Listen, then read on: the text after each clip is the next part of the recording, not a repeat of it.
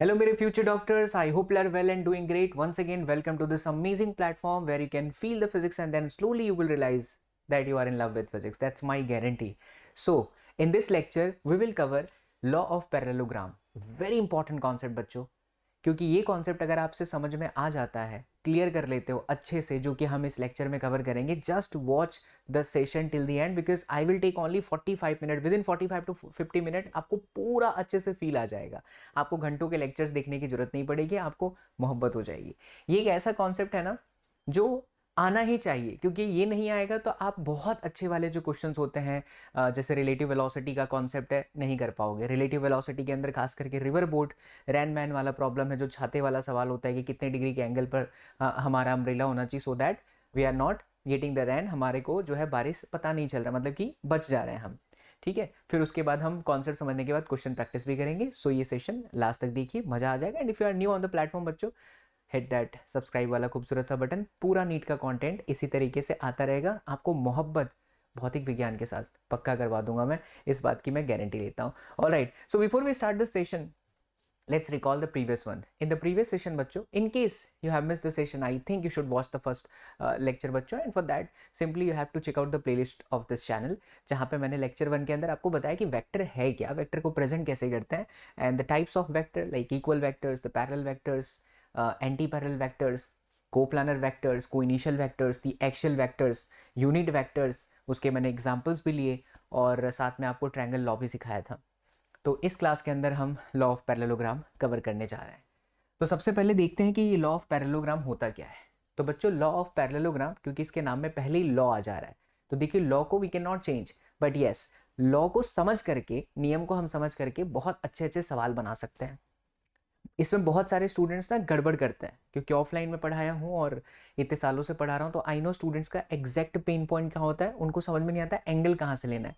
तो अब बहुत ही बारीकी के साथ बच्चों, बहुत ही शिद्दत के साथ, फील के साथ आपको सारी बातें एक्सप्लेन करूंगा। मेरा फ़ोन बज रहा था क्या? हाँ, यस, फ़ोन बाबू आप साइलेंट हो जाओ। ठीक है, इन्हें भी बाबू कहना पड़ता है बच्चा, नहीं और किसी को नहीं कहते, इन्हीं कहते हैं। चलिए, तो बैक टू द पॉइंट। तो ये एक लॉ है और इस लॉ को सीखने के बाद हम बहुत सारे क्वेश्चंस को ईजिली सॉल्व कर सकते हैं। क्या है ये? तो जैसे ट्रायंगल लॉ था वेक्टर को ऐड करने का, वैसे ये भी एक तरीका है to get the resultant of the two vectors. हम देख सकते हैं कि we have two vectors, one is vector A and another is vector B. तो बच्चों, एक हमारे पास क्या है, वेक्टर ए, दूसरा है वेक्टर बी, और दोनों ही वेक्टर के बीच का जो एंगल है बच्चा, वो है थीटा। ध्यान रखिएगा कि यहां पर थीटा क्या है, theta is basically angle between two vectors. ये जो छोटी छोटी बातें हैं ना, यही से आपके कॉन्सेप्ट की क्लैरिटी होती है। हम ऐसे पढ़ते हैं A square plus B square plus two A B cos theta, this is the wrong way to learn the physics. In physics you should understand the variables, कहना क्या चाहता है। तो थीटा क्या कह रहा है, ए और बी के बीच का एंगल है। अब पैरेललोग्राम नाम से पता चल रहा है, हिंदी में समांतर चतुर्भुज कहते हैं। तो आप इस वेक्टर के ठीक पैरेलल एक वेक्टर ड्रॉ कर दीजिए, इसके ठीक पैरेलल, जो कि दूसरे वाले के हेड पर हो। फिर इस वेक्टर के ठीक पैरेलल, जो कि पहले वाले के हेड पर हो। तो ये बच्चों आप लोगों का वेक्टर बी है और ये आपका वेक्टर ए है। बन गया ये पैरेललोग्राम। अब क्या करना है, जो दोनों का टेल था और ये जो दोनों का हेड है, वहां से बच्चों हमें एक लाइन ड्रॉ कर देनी है। क्या कर देनी है, एक लाइन ड्रॉ कर देनी है। ये देखिए, ये जो पीला वाला लाइन जस्ट मैंने आपको बताया, तीनों का हेड जहां पर मिल रहा है, इसी को हम बोलेंगे resultant vector. Wow, what a beautiful concept it is. Trust me बच्चों, फिजिक्स बहुत प्यारा सब्जेक्ट है, पढ़ाने वाले पर बहुत डिपेंड करता है। सच्ची, कितना इजी वे में आप सीखते हो और कितना आसान भाषा में कोई टीचर सिखाता है। तो रिजल्टेंट वेक्टर है। अब ये जो रिजल्टेंट वेक्टर है, इसने वेक्टर ए के साथ अल्फा एंगल बनाया। भाई मैक्सी, तुम्हें क्या हो गया है? ये मैक्सी है बेटा, नाराज हो गई है। मैक्सी, मैं इस बोर्ड का नाम दे रहा हूँ, ठीक है। तो फिर से देखते हैं, ये जो हमारा एंगल है अल्फा, वो क्या है? तो अल्फा बेसिकली एंगल है between resultant vector and vector A. तो यहां आप लिखेंगे alpha is equal to angle between vector R and vector A. तो वेक्टर आर और वेक्टर ए के बीच का जो एंगल है, दैट इज दी अल्फा। याद करने का तरीका, अल्फा, ए आया लास्ट में, अल्फा। तो ए के साथ आर ने जितना एंगल बनाया, और दूसरा एक और एंगल हो सकता है ये वाला बीटा। तो बीटा बी याद रखिएगा। तो बीटा बेसिकली क्या है बच्चों, तो it is the angle between vector R and vector B. तो आर और बी के बीच का एंगल बीटा है, आर और ए के बीच का एंगल अल्फा है। अब देखो यहाँ पर क्या होता है, छोटा सा एक डेरिवेशन है, नीट और जेई में डेरिवेशन की तो आवश्यकता नहीं होती, लेकिन आप एक बार समझ लोगे तो कॉन्सेप्ट अच्छे वाले सवालों में आप इजीली अप्लाई कर पाओगे। यहाँ से मैं एक 90 डिग्री का लाइन ड्रॉ कर देता हूँ। हमने क्या किया बच्चों, यहाँ से एक 90 डिग्री का लाइन ड्रॉ कर दिया। ओके, तो जैसे आपने 90 डिग्री का लाइन ड्रॉ किया, ये वाली जो पीली लाइन है वो तो वेक्टर ए की लाइन है, और ये जो लाइन है वेक्टर बी की लाइन है। तो ए और बी के बीच का एंगल कितना है, थीटा। अब अगर ये वेक्टर बी है तो यहाँ से यहाँ तक इसे हम कहेंगे बी कॉस थीटा, और यहाँ से यहाँ तक इसे हम कहेंगे बी साइन थीटा। कैसे, ऐसे सिंपल याद रखो कि थीटा की तरफ कॉस होता है, तो आपको ट्रिगोनोमेट्री के फंक्शंस अप्लाई करने की जरूरत नहीं पड़ेगी, मतलब समय बच जाएगा। अब आप इस एंगल ट्राइंगल के अंदर देखो तो ये वाला एंगल 90 डिग्री है, तो अगर मैं लिखूं कॉस थीटा, तो cos theta is equal to क्या होता है, this side divided by the hypotenuse, तो साइड की वैल्यू कॉस थीटा आ जाएगी। तो किसी भी राइट एंगल ट्राइंगल के अंदर आप बस ये ध्यान रखो कि थीटा की तरफ कॉस होगा, सामने वाला साइन होगा। अगर आप इन दोनों का सम करके स्क्वायर करोगे, पाइथागोरस थ्योरम लगाओगे बिकॉज इट इज 90, तो इसका आंसर 100% बी हो जाएगा। अब आप यहाँ पे देखो एक ट्राइंगल बनता हुआ दिख रहा है, दैट ट्राइंगल इज बच्चों पी क्यू आर। अब in triangle P Q R, in triangle P Q R can be write P R का स्क्वायर, पी आर का square is equal to, sorry, P R का square plus Q R का square, Q R का square is equal to बच्चों P Q का square. Wow, तो P R की value क्या है, तो पी आर की वैल्यू यहाँ से यहाँ तक ए और फिर बी कॉस थीटा, यानी it will be A plus B cos theta का whole square plus Q R आप देख सकते हैं बी साइन थीटा है, it is B sine theta का स्क्वायर इज इक्वल टू ये आपका रिजल्टेंट का स्क्वायर है। गजब। Now simply open the bracket, इसका फॉर्मूला क्या होगा, ए प्लस बी का होल स्क्वायर, तो ये हो गया ए का स्क्वायर प्लस बी का square plus 2ab cos theta, great, plus B square sine square theta equals to R square. Now see, यहाँ से और यहाँ से कॉमन क्या दिख रहा है आपको, बी स्क्वायर, तो बचता है cos square theta plus sign square theta, जिसकी वैल्यू हो जाएगी 1, यानी हमारा जो आर आया बच्चों वो हो गया A square plus B square plus 2ab and then cos theta, यानी रिजल्टेंट वेक्टर हो गया A square plus B square plus में 2ab and then cos theta. Very useful formula. अब नीट वाले अगर हम बच्चे हैं तो हमें डायरेक्टली ये फॉर्मूला को बसा के रखना है, कंठस्थ कर लेना है मन मंदिर में जीवन काल के अंत समय तक, कि कभी भी दो वेक्टर अगर हमें दिया हो इस तरीके से, वेक्टर ए और वेक्टर बी, तो जो रिजल्टेंट है उसका आंसर आता है A square plus B square plus 2ab cos theta. जहाँ थीटा क्या है, जहाँ थीटा बच्चों ए और बी के बीच का एंगल है, क्या है, ए और बी के बीच का एंगल है। तो अगर मुझे दो वेक्टर पता हो और उनके बीच का एंगल पता हो तो मैं आसानी से निकाल सकता हूँ, क्या निकाल सकता हूँ, रिजल्टेंट वेक्टर।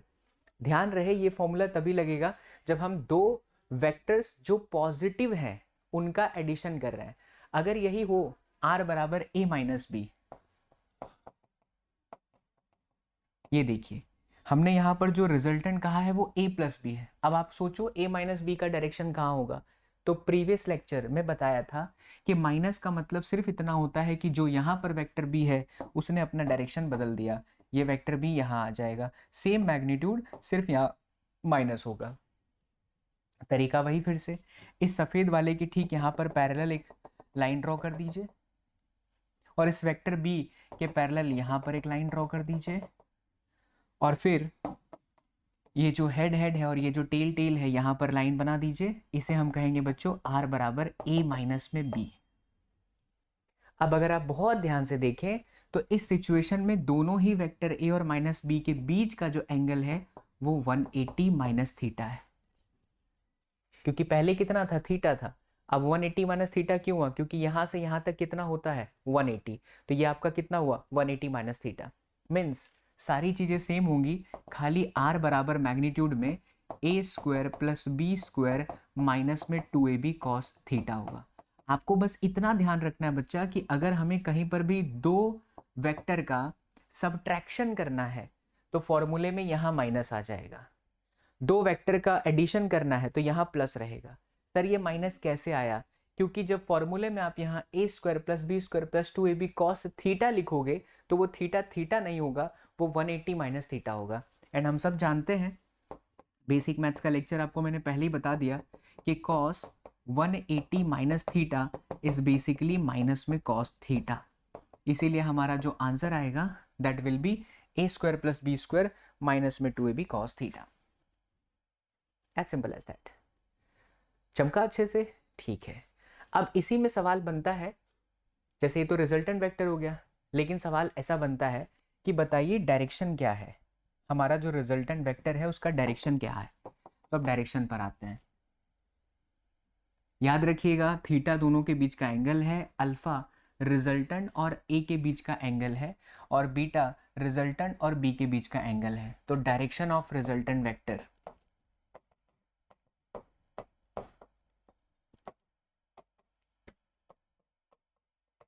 तो हम सबसे पहले tan अल्फा की बात करते हैं। तो ध्यान से देखिए बच्चों, tan अल्फा, तो tan alpha is equal to what, b sine theta upon यहाँ से यहाँ तक a plus B cos theta. Why? Because tan theta is equal to what, perpendicular upon में बेस। तो हमारा जो tan अल्फा होगा वो होगा b sine theta upon a plus B and then बच्चा cos थीटा। इसलिए यहाँ ध्यान रखना कि अल्फा जो है वो तो मैंने पहले लिख दिया ना, it is the angle between R as well as A. याद करने का तरीका, ट्रिक, अल्फा में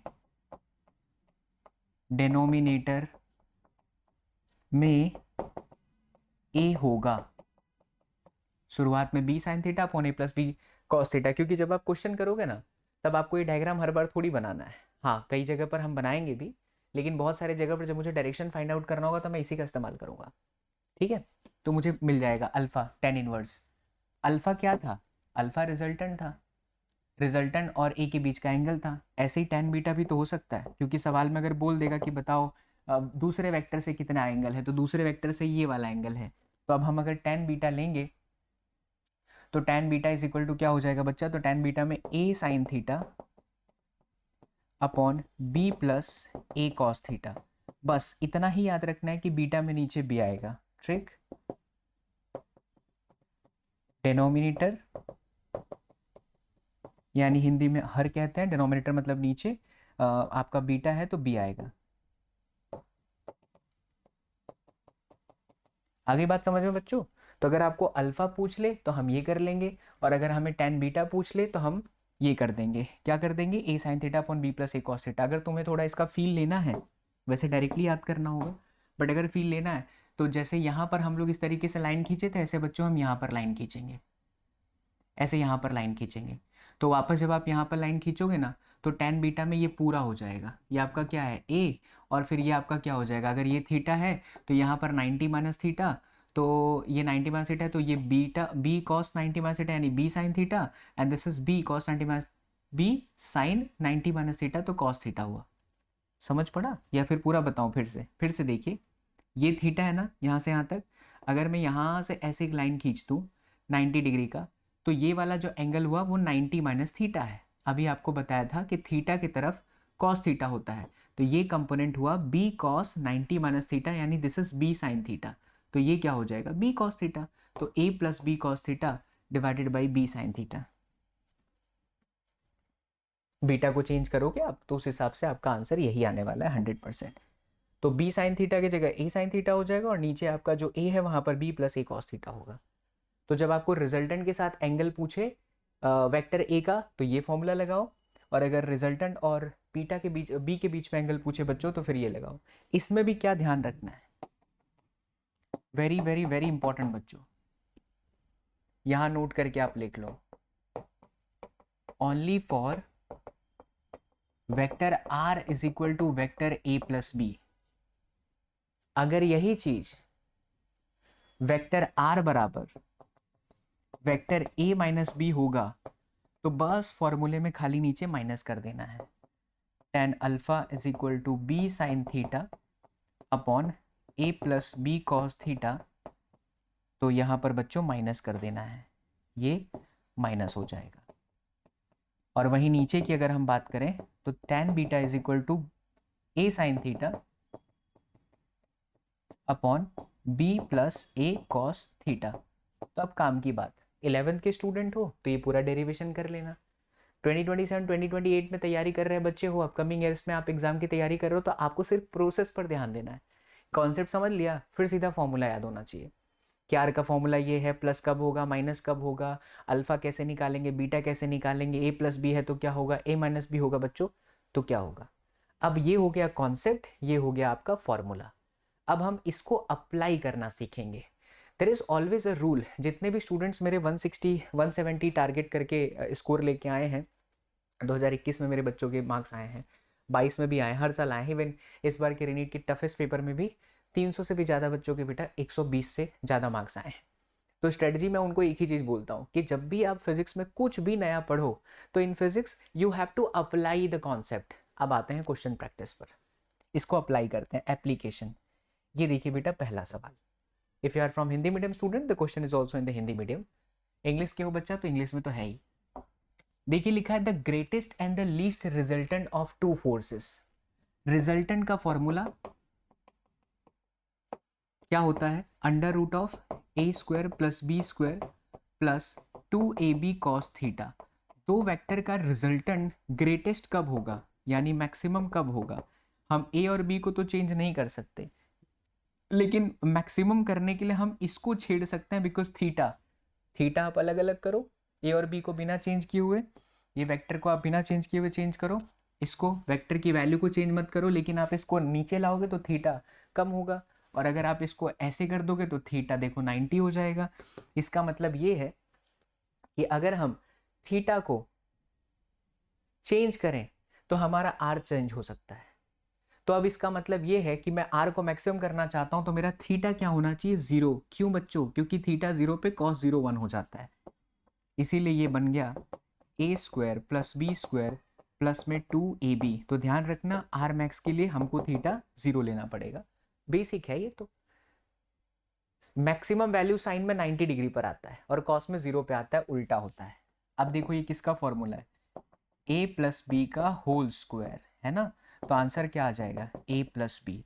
इसका मतलब है किसी भी वेक्टर का जो ग्रेटेस्ट वैल्यू है, दो वेक्टर्स का, we are going to get the greatest value of any two vector का addition only when they both are in the same direction, because theta 0 हो गया, एक वेक्टर इधर है दूसरा इधर है तो थीटा 0 है, तो उससे जो रिजल्टेंट आएगा वो डायरेक्टली जोड़ने पर आएगा और वो उसकी सबसे मैक्सिमम वैल्यू कही जाएगी। चमका, ठीक है। ऐसे ही मिनिमम के लिए बच्चों आप सोचो क्या होगा, मिनिमम के लिए हम कह देंगे a माइनस में b। कैसे सर, सिंपल है, एक वेक्टर इधर है दूसरा वेक्टर इधर होगा, तब इन दोनों वेक्टर का जो रिजल्ट होगा वो सबसे कम से कम होगा। कैसे सर, ये 10 न्यूटन ये 10 न्यूटन, अगर ये 10 न्यूटन 10 न्यूटन को यहां कर दूं तो 20 न्यूटन हो जाएगा, लेकिन एक 10 न्यूटन एक 10 न्यूटन दोनों अपोजिट डायरेक्शन में, आंसर इज 0। तो सबसे छोटी वैल्यू रिजल्टेंट वेक्टर की जो आएगी उस सिचुएशन में दोनों ही वेक्टर के बीच का जो एंगल है that must be 180 degree. And मेरे प्यारे बच्चों when we put cos 180 that will become -1, it is now a square plus b square minus 2ab, which means a minus b का whole square out of the root, the answer will be a minus b। clarity, okay। चलो तो अब क्या बोलता है, क्या बोलता है, क्या बोलता है, 10 न्यूटन है मतलब मैक्सिमम a प्लस बी आपका 10 न्यूटन है। How to solve the question from the data, NEET में सवाल डेटा से सॉल्व होता है। और दूसरा a माइनस बी है कितना न्यूटन, 6 न्यूटन, तो ये कट गया, सो 2a बराबर 16, तो a बराबर 16/2 यानी कि 8 न्यूटन। अच्छा a 8 आ गया, कहीं भी रख दो, तो 8 प्लस b बराबर 10, तो b बराबर में 2 न्यूटन, खत्म। 8 न्यूटन एंड 2 न्यूटन। अब क्या कहता है, if each force is increased by 3 Newton, तो जो नया फोर्स है 8 प्लस 3 11 न्यूटन हो गया, और जो दूसरा फोर्स है वो 2 प्लस 3 5 न्यूटन हो गया। तो अब क्या कहता है, find the resultant of new force when acting at an angle of 90 degree. Now the angle between this two different vectors a dash and बच्चों b डैश इज 90 डिग्री। यानी resultant vector is equal to A dash का square plus B dash का square plus 2 A dash B dash cos 90। Cos 90 कितना होता है 0, तो ये पूरा 0 हो गया, यानी अंडर रूट में 11 का स्क्वायर 121 प्लस 25, यानी आ गया 5 और 1 6, 12 13 14, root 146। The answer is root 146। ये सवाल बच्चा जेई में आया था। वेक्टर के अलग से क्वेश्चन नीट में नहीं होते, but vector is important to analyse the certain motion like relative motion. ये नहीं आएगा तो नहीं कर पाओगे। तो रिजल्टेंट वेक्टर का कमाल देखिए, आपने क्वेश्चन सॉल्व किया। आइए एक और क्वेश्चन करता है। हाँ ये बेटा नीट में आया था। This question was in the NEET PYQs। I don't know the exact year, but yes similar question I have seen. कहता है two equal forces have their resultant equal to either, at what angle are they inclined. मतलब दो vector equal हैं, उनका result भी उन दोनों में से किसी एक के बराबर है। हैं जी सर क्या कहना चाह रहे हैं? ये वेक्टर ए है, ये भी वेक्टर ए है, और इन दोनों का जो रिजल्ट है वो भी वेक्टर ए है। मतलब कि अगर हम फॉर्मूले के हिसाब से चलें कि vector A plus vector B, और इसका रिजल्टेंट की हम बात करें तो आंसर आता है A square plus B square plus 2ab बच्चों एंड देन कॉस थीटा। तो ये आर भी तो ए ही है, ए तो खुद ही ए है, बी भी आपका ए है, plus 2a square and then cos theta. दोनों तरफ स्क्वायर कर दीजिए, तो A square is equal to A square plus A square plus 2a square and then cos theta. Cancel out, so A square is equal to minus में 2a square and then cos theta. ये देखो क्या कटा, A square से square कट गया, so cos theta is equal to -1/2, तो theta बराबर 120 डिग्री। अभी कोई बायो के स्टूडेंट्स को, मेरे लाल बाल गोपाल को, फ्यूचर डॉक्टर्स को इसमें प्रॉब्लम हो सकती है, लेकिन नहीं होना चाहिए, बिकॉज इन बेसिक मैथमेटिक्स की class I have already explain कि जब कॉस थीटा -1/2 होता है तो इसको रियलिटी में हम ऐसे लिख सकते हैं, कॉस 90 प्लस 30। तो 90 प्लस 30 कौन से पार्ट में आता है? सेकेंड पार्ट में। सेकेंड पार्ट में बच्चों सिर्फ साइन प्लस होता है, और 90 होने की वजह से ये साइन 30 हुआ, लेकिन आगे माइनस होगा क्योंकि केवल साइन प्लस होता है, सवाल में कॉस है, इसलिए -1/2। -1/2 यानी थीटा 120 डिग्री। खत्म। चमका? फील आया? तो कमेंट सेक्शन में लिखिए ना, हाँ भैया आनंद की अनुभूति आई। चलो आगे बढ़ते हैं। ऐसी सिंपल लैंग्वेज में बेटा पूरी फिजिक्स आपको मैं पढ़ा दूंगा, बस ध्यान से आप मुझे सुनते चले जाएं। अगला सवाल, ये पैटर्न अगेन जेई में देखा है मैंने। Two forces whose magnitude are in the ratio 3:5। दो फोर्सेस है, उनका जो रेशियो है, देखिए कभी भी रेशियो दिखाई दे तो आप समझ लो कि 3 में किसी का मल्टीप्लीकेशन है, हमें नहीं पता, तो हम मान लेते हैं कि एक फोर्स जो है F1 जिसका मैग्नीट्यूड है 3x, और एक फोर्स है F2 जिसका मैग्नीट्यूड है 5x। Give a resultant of 28 Newton. ये रिजल्ट देता है 28 न्यूटन। अब यहीं से पकड़ के तुरंत दिमाग पर चलना चाहिए कि ये गिवन है तो मैं रिजल्टेंट निकाल लेता हूँ। आर का square is equal to A का स्क्वायर प्लस बी का square plus 2ab and then cos theta. R का स्क्वायर तो 28 का 784 होता है 784। ए का स्क्वायर यानी F1 कोई भी एक vector, let's consider this as A, this as B, तो 9x का स्क्वायर प्लस 25x का स्क्वायर प्लस 2ab, 5 दूनी 10 तिहाई 30, x का स्क्वायर पक्का ना, 5 तिहाई 15 दूनी 30, हाँ जी, फिर कॉस थीटा 60 डिग्री दे रखा है, ये भी कॉस 60, दैट इज 1/2। पता चला? देखो आगे लिखा है the angle of their inclination is 60 degree. दोनों के बीच में जो एंगल है, एंगल से याद है तुम निकल गए, ठीक है अभी सही है, तो ये एंगल बच्चों cos 60 दे रखा है विच इज 1/2।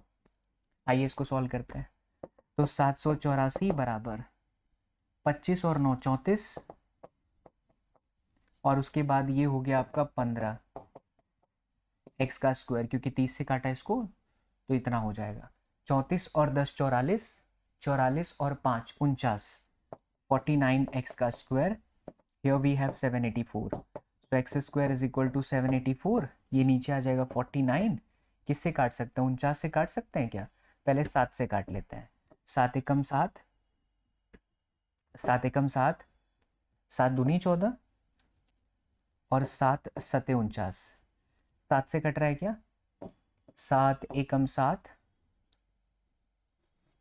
नहीं मैंने गड़बड़ करी है, आई थिंक 49 ही आएगा, 49 का स्क्वायर ही है ये, नो नो नहीं 49 का स्क्वायर नहीं है, ये 7 से कट रहा है क्या, एक बार 7 एकम 7 कर लेते हैं, 7 एकम 7, चलो लो पूरा कर लेते हैं,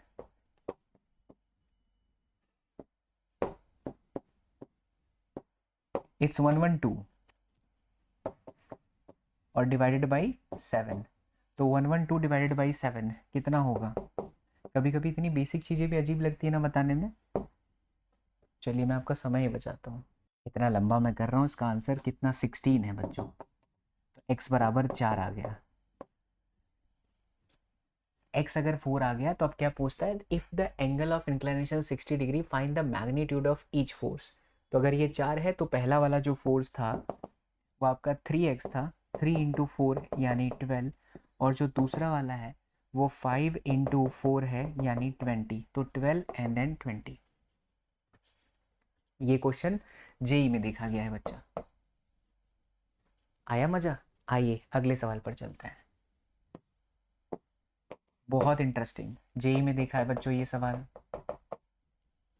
डायग्राम खैर बना हुआ है बट एक बार हम रीड करते हैं सवाल, the resultant of two vectors A and B is perpendicular to the vector A, resultant of vector A and vector B is perpendicular to vector A, यानी वेक्टर ए और वेक्टर बी का जो resultant है वो ए से 90 डिग्री पर है, now and its magnitude is equal to half of the magnitude of vector B, यानी ये जो रिजल्टेंट की वैल्यू है इसका मैग्नीट्यूड b बाई 2 है, ये जो रिजल्टेंट है इसका मैग्नीट्यूड कितना है b बाई 2 है, सवाल find the angle between a and b, हमें ये वाला पूरा एंगल चाहिए यहाँ से यहाँ तक, क्योंकि ये तो 90 दे रखा है, तो मुझे अगर ये थीटा मिल जाए तो मैं आसानी से निकाल सकता हूँ।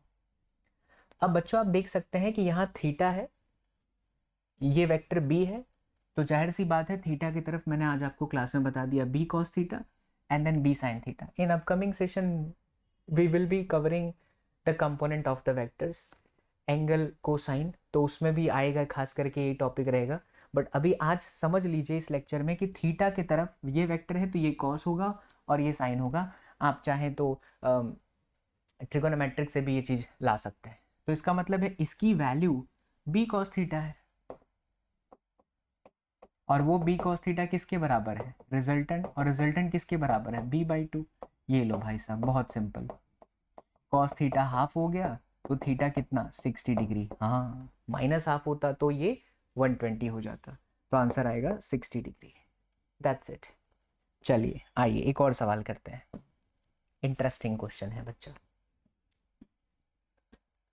two forces of unequal magnitude simultaneously act on a particle making an angle theta equals to 120 degree with each other, दो फोर्सेस हैं अनइक्वल वेक्टर के और उनके बीच में एंगल 180 है 120 है, तो मान लीजिए कि एक ए और दूसरा बी और इनके बीच में जो थीटा है वो 120 डिग्री, देखो बेटा क्वेश्चन जैसे पढ़ा तुरंत दिमाग में कॉन्सेप्ट आया, लिख लिया, नीट के 90% क्वेश्चंस और जेई के 90% questions will be solve from the given data, तो डेटा से हमने ये निकाला, if one of them is reversed the acceleration of the particle, अच्छा फोर्सेस है, ये दोनों फोर्स है बेटा, ये दोनों क्या है, फोर्स है, अगर मैं एक को भी रिवर्स कर दूं, इन दोनों को रिवर्स कर दूं, the acceleration of the particle becomes √3 times, तो जो एक्सीलरेशन होगा वो √3 टाइम्स होगा, ये जेई का ही सवाल है, मुझे अच्छे से याद है, बहुत प्यारा सवाल है, ध्यान से देखना, calculate the ratio of the magnitude of the forces, that means we have to basically find out A by B, हमको ए बाई बी निकालना है, अब देखो यहीं पर जो गिवन डेटा है उसी में मैं जो करूँगा कर सकता हूँ, तो सबसे पहले तो दोनों तरफ स्क्वायर कर दीजिए, तो आर स्क्वायर बराबर A square plus B square plus 2ab and then cos 120, क्योंकि दोनों के बीच का एंगल 120 है। सो आर स्क्वायर बराबर A square plus B square minus में 2ab कॉस 120 की वैल्यू माइनस में हाफ, तो ये हो गया आर का स्क्वायर बराबर A square plus B square plus नहीं minus A and then B, क्योंकि कॉस 120 की वैल्यू इतनी है। ये आपका इक्वेशन 1। अब आगे की line, if one of them is reversed, अब एक को आपने रिवर्स कर दिया तो ये जो नया रिजल्टेंट फोर्स है वेक्टर ए माइनस बी वो कुछ ऐसा होगा, बट ये है तो बेटा फोर्स, क्योंकि ये भी फोर्स है ये भी फोर्स है, तो फोर्स का रिजल्टेंट फोर्स होगा। अब फोर्स का जो फॉर्मूला होता है वो मास इनटू एक्सीलरेशन होता है। आपने अगर मास को नहीं बदला लेकिन एक्सीलरेशन को √3 टाइम्स कर दिया, त्वरण को √3 टाइम्स कर दिया, तो हमारा फोर्स भी तो √3 टाइम्स हो जाएगा। आई बात समझ में? हाँ जी। तो ये आपका √3r है बेसिकली, और ये आपका a माइनस में b है वेक्टर के फॉर्म में। अब हम क्या करेंगे, दोनों तरफ स्क्वायर कर देंगे फिर से, तो 3r का square is equal to a square plus b square minus में 2ab and then cos theta. ये माइनस क्यों आया? इस माइनस के आने के पीछे का कारण है एक को हमने रिवर्स किया था। अगर ये वेक्टर a था, ये वेक्टर b है, तो अब a ऐसा है और b ऐसा है, तो जब आप दोनों को रिवर्स करोगे तो ऑफ कोर्स एंगल 180 आएगा, चीजें बदल जाएंगी। तो 3r का स्क्वायर बराबर a square plus b square minus में 2ab cos थीटा। अच्छा ओके सर, क्यों ना हम ये r स्क्वायर की वैल्यू यहाँ पे रख दें। आ जाओ बच्चों, r स्क्वायर की वैल्यू यहाँ पे रख दो, ये इक्वेशन 2 में। सो 3r स्क्वायर बराबर क्या है, a square plus b square minus में ab is equal to a square plus b square minus में 2ab and then cos theta. ठीक है, ब्रैकेट को ओपन करो। So 3a square plus 3b square minus में 3ab is equal to a square plus b square minus में 2ab and then cos theta. अच्छा, angle उतना ही है क्या? If one of them is reversed the acceleration of the particle becomes √3 times. Calculate the ratio of the magnitude of the forces. यहां पे angle उतना ही है, क्योंकि एंगल को तो छेड़ा नहीं है ना थीटा 120, मतलब ये ऐसा था, ये आपका वेक्टर ए, ये आपका वेक्टर बी के बीच का एंगल 120 है। अब आपने ए को रिवर्स कर दिया इस तरीके से। यस बेटा, तो जैसे ही हम यहाँ पर थीटा कितना रखेंगे, 120 डिग्री रखेंगे, क्योंकि थीटा को चेंज करने की बात नहीं की है। तो थीटा अगर आप यहाँ पर 120 रखते हो तो कॉस थीटा की वैल्यू माइनस में 1/2 आएगी, तो ये 2 से 2 कट गया, minus minus plus A B. So 3a square minus में a square will be 2a का square, 3b square minus b square will be 2b का square minus 3ab, and then यहाँ पर ये आ जाएगा तो कितना होगा, minus minus plus A B, और यहाँ पर आया माइनस में ए बी। समझ पड़ा? ये minus minus plus minus A B plus हो गया, और वो इधर आया तो minus A B equals to 0, यानी हम इसे डायरेक्ट लिख देते हैं माइनस में 4ab इक्वल्स टू 0। अब देखो यहाँ से 2 कॉमन है, तो अगर 2 कॉमन ले लीजिए तो a square plus B square minus में 2ab इक्वल्स टू 0। ठीक है, अब इसको सॉल्व करने का अच्छा तरीका ये है कि हमें चाहिए a बाई बी, तो क्यों ना मैं इस पूरे इक्वेशन को b से डिवाइड कर देता हूँ, b स्क्वायर से। तो a square by B square plus b square by B square and then minus 2ab by B square is equal to 0। तो ये देखो कट गया बच्चों, ठीक है, ये भी कट गया बच्चों, और a बाई बी को हम x मान लेते हैं, तो ये हो गया आपका x स्क्वायर प्लस 1 माइनस में 2x इक्वल्स टू 0। क्या आप इसको क्वाड्रेटिकली सॉल्व कर सकते हैं? कीजिए, ये टास्क मैं आपको देता हूँ। इसको क्वाड्रेटिक इक्वेशन से सॉल्व करो। अब इतना तो जरूर करो बच्चों, और इसका आंसर कमेंट करो। ठीक, आइए एक और सवाल करते हैं। बहुत अच्छा सवाल था ये जेई का। ये देखिए, बहुत ही ज़्यादा इंटरेस्टिंग क्वेश्चन है ये, और ये पैटर्न मैंने जेई एडवांस में देखा हुआ है। अच्छा, आप नीट के स्टूडेंट हो तो ये मत सोचो कि जेई एडवांस का हमें नहीं करना है, या जेई के हो तो नहीं करना है। आप हर तरह के क्वेश्चन की प्रैक्टिस करो, आपको कॉन्सेप्ट को अप्लाई करना सीखना है। देखिए क्या कहता है, एक पार्टिकल है जो कि स्लाइड करता है with speed of 3 metre per second at P point से एक पार्टिकल ऐसे स्लाइड करता है। When it reaches at point Q, जब ये पॉइंट क्यू पर पहुंचता है, it acquires a speed of 4 metre per second, यानी ये 4 है। और यहाँ पर जो वेलोसिटी है ये आपकी 3 है। आप देख सकते हैं वेलोसिटी टेंजेंट के डायरेक्शन में, स्पर्शक की दिशा में। Okay sir. After describing N angle of 60 degree, मतलब यहाँ से यहाँ तक पहुँचने के लिए वो 60 डिग्री का एंगल डिस्क्राइब करता है at point O as shown in the figure. Find the change in velocity of the particle between the P and Q. Change in velocity मतलब फाइनल वेलोसिटी माइनस में इनिशियल वेलोसिटी। फाइनल वेलोसिटी कौन है? V Q, और initial velocity कौन है? V P. तो basically मुझे Q और पी के बीच में एंगल चाहिए, क्योंकि अगर अब मुझे डेल्टा वी का वैल्यू चाहिए, ये डेल्टा वी है तो कोई एक वेक्टर, और दोनों के बीच में एंगल ऐसा हो तो हम वी क्यू का स्क्वायर प्लस में वी पी का स्क्वायर माइनस में 2 V P V Q and then cos theta कहेंगे।